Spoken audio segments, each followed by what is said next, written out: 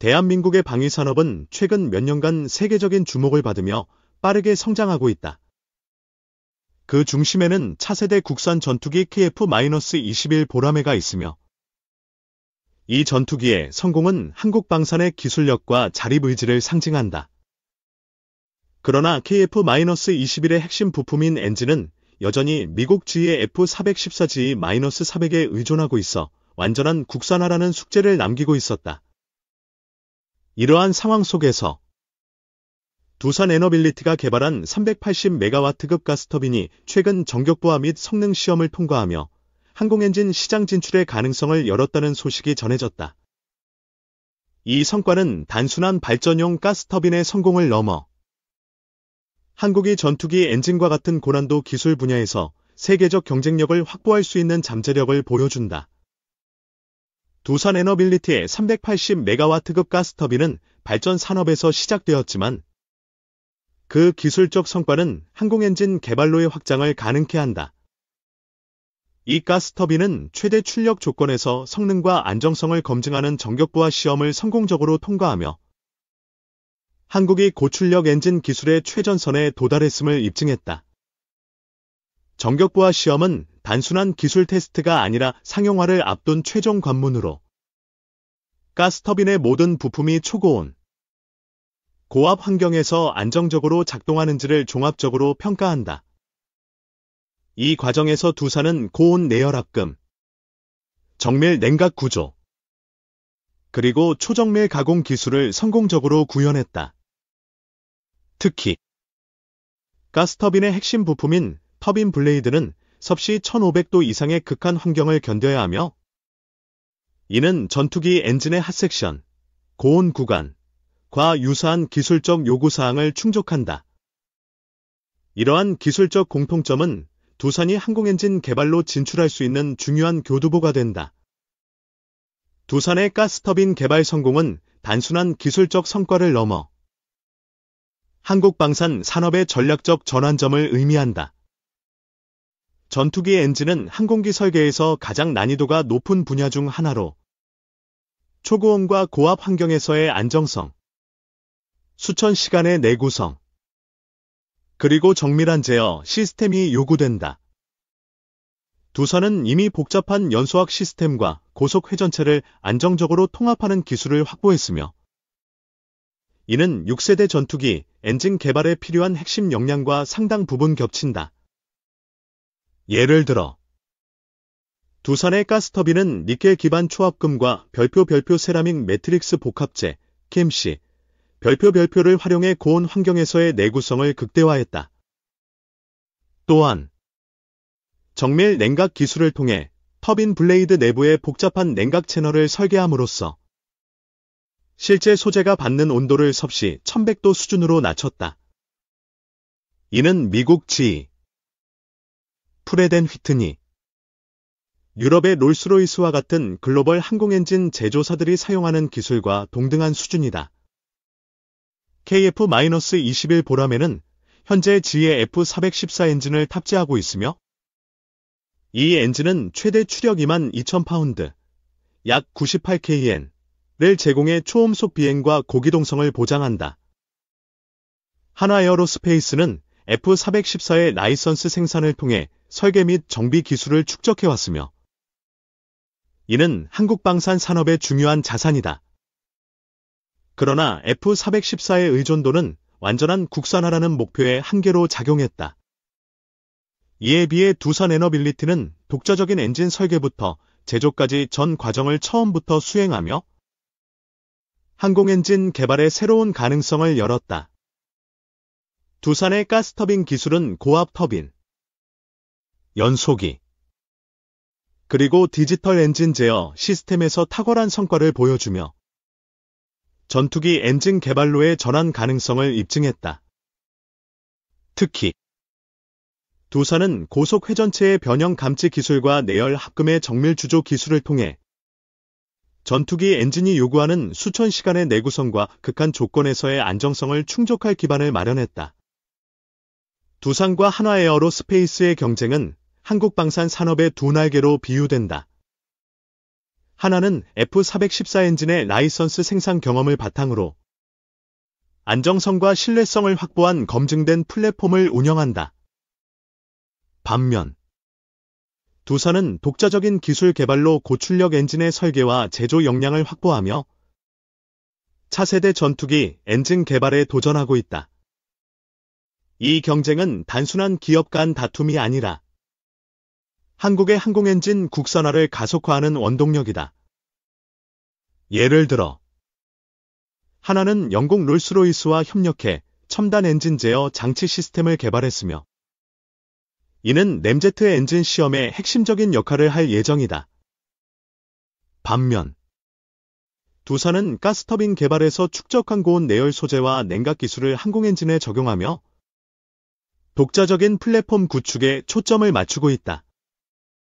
이러한 상호 경쟁은 한국이 미국, 영국, 프랑스와 같은 전통적인 방산 강국들과 어깨를 나란히 할 수 있는 기술적 기반을 다지는 데 기여한다.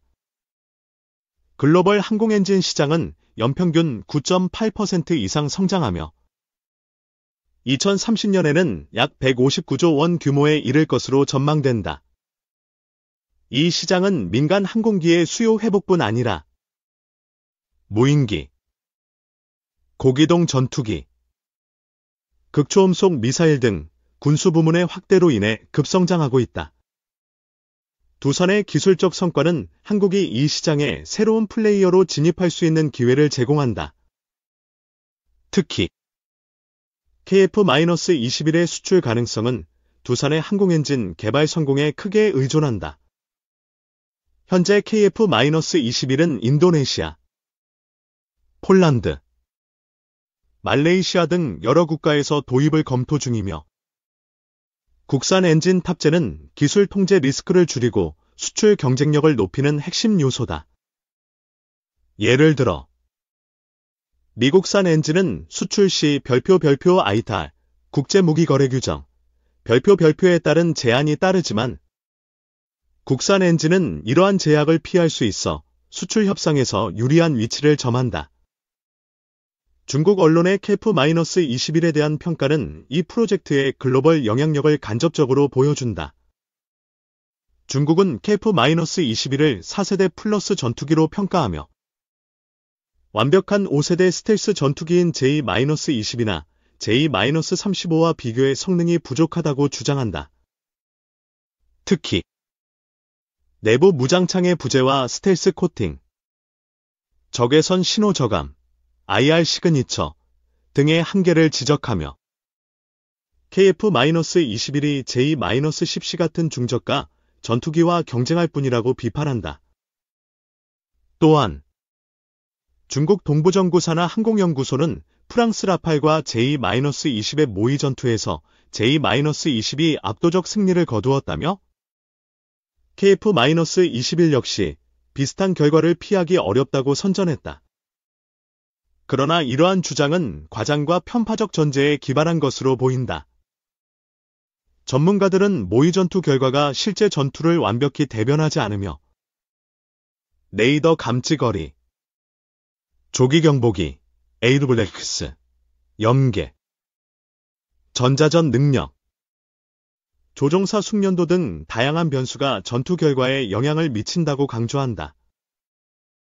특히 중국의 시뮬레이션은 J-20의 위성 데이터 연계 등 모든 유리한 조건을 부여한 반면 나팔은 단순 스펙만으로 평가되어 공정한 비교가 아니었다.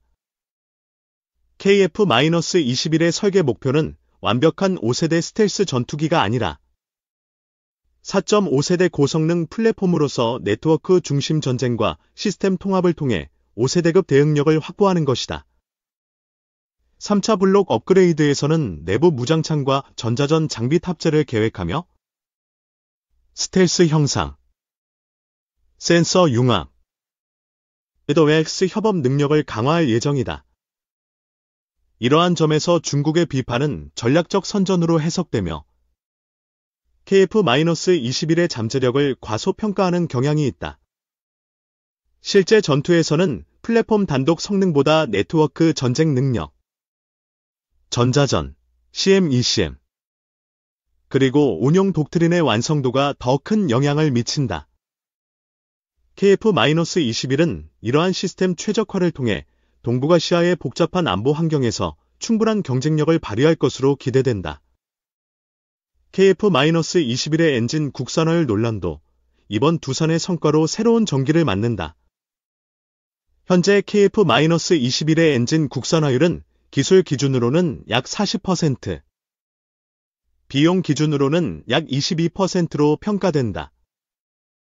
기술 기준은 국산 부품의 비율을 기준으로 하며 비용 기준은 전체 개발 및 제조 비용 중 국내 기업의 기여도를 반영한다. 하나에어로스페이스는 기술 기준을 강조하며 국산화율 40%를 주장하지만 일부에서는 이를 과대 포장이라고 비판한다.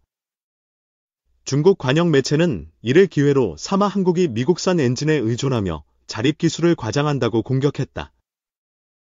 그러나 국내 전문가들은 이러한 논란을 차분히 바라본다. KF-21 1차 양산부는 현실적으로 F414 엔진을 사용하지만 장기적으로는 두산과 하나가 주도하는 독자 엔진 개발 프로젝트가 진행 중이다. 하나의 핵심 기술자는 방송에서 완전한 국산 엔진을 위한 중장기 프로젝트가 설계 완료 단계에 있다며 현재의 국산화율 논란은 단기적 수치에 과도한 의미를 부여한 결과라고 밝혔다. 항공엔진 개발은 기술적 난도가 매우 높아 일본, 독일, 스웨덴과 같은 방산 강국조차 대부분 외산 엔진에 의존한다. 한국이 단기간 내에 22%의 비용 기준 국산화율을 달성한 것은 결코 낮은 성과가 아니다. 특히 하나는 롤스로이스와의 협력을 통해 첨단 엔진 제어 시스템을 개발했으며 이는 램제트 엔진 시험과 280회 이상의 비행 시험에 활용될 예정이다. 두산은 고온 내열 소재와 정밀 냉각 기술을 통해 전투기 엔진의 핵심 부품인 핫섹션을 구현할 역량을 확보했다. 이 두 기업의 기술적 진전은 상호보완적으로 작용하며 한국 항공엔진 산업의 생태계를 강화한다. 항공엔진의 핵심은 핫섹션과 콜드섹션의 균형이다. 핫섹션은 연소실과 터빈으로 구성되며 섭씨 1500도 이상의 초고온을 견뎌야 한다. 이를 위해 두산과 하나는 니켈 기반 초합금과 세라믹 내열재를 활용하며 정교한 냉각 채널 설계를 통해 소재의 실제 온도를 낮춘다. 반면 콜드 섹션은 고속 회전하는 압축기 단계로 티타늄 합금과 같은 고강도 경량 소재가 사용된다. 두산은 가스터빈 개발에서 축적한 냉각 경로 설계와 소재 공정 기술을 통해 핫섹션의 내구성과 콜드 섹션의 강도를 동시에 충족하는 방안을 모색하고 있다. 특히 결정립 제어와 산화 방지 코팅 기술은 터빈 블레이드의 내구 수명을 비약적으로 향상시켰으며 이는 전투기 엔진의 수천 시간 운용 요구사항을 충족하는 데 필수적이다. 두산의 기술은 극초음속 미사일과 고속 수상 드론 등 다기종 플랫폼에도 적용 가능하다.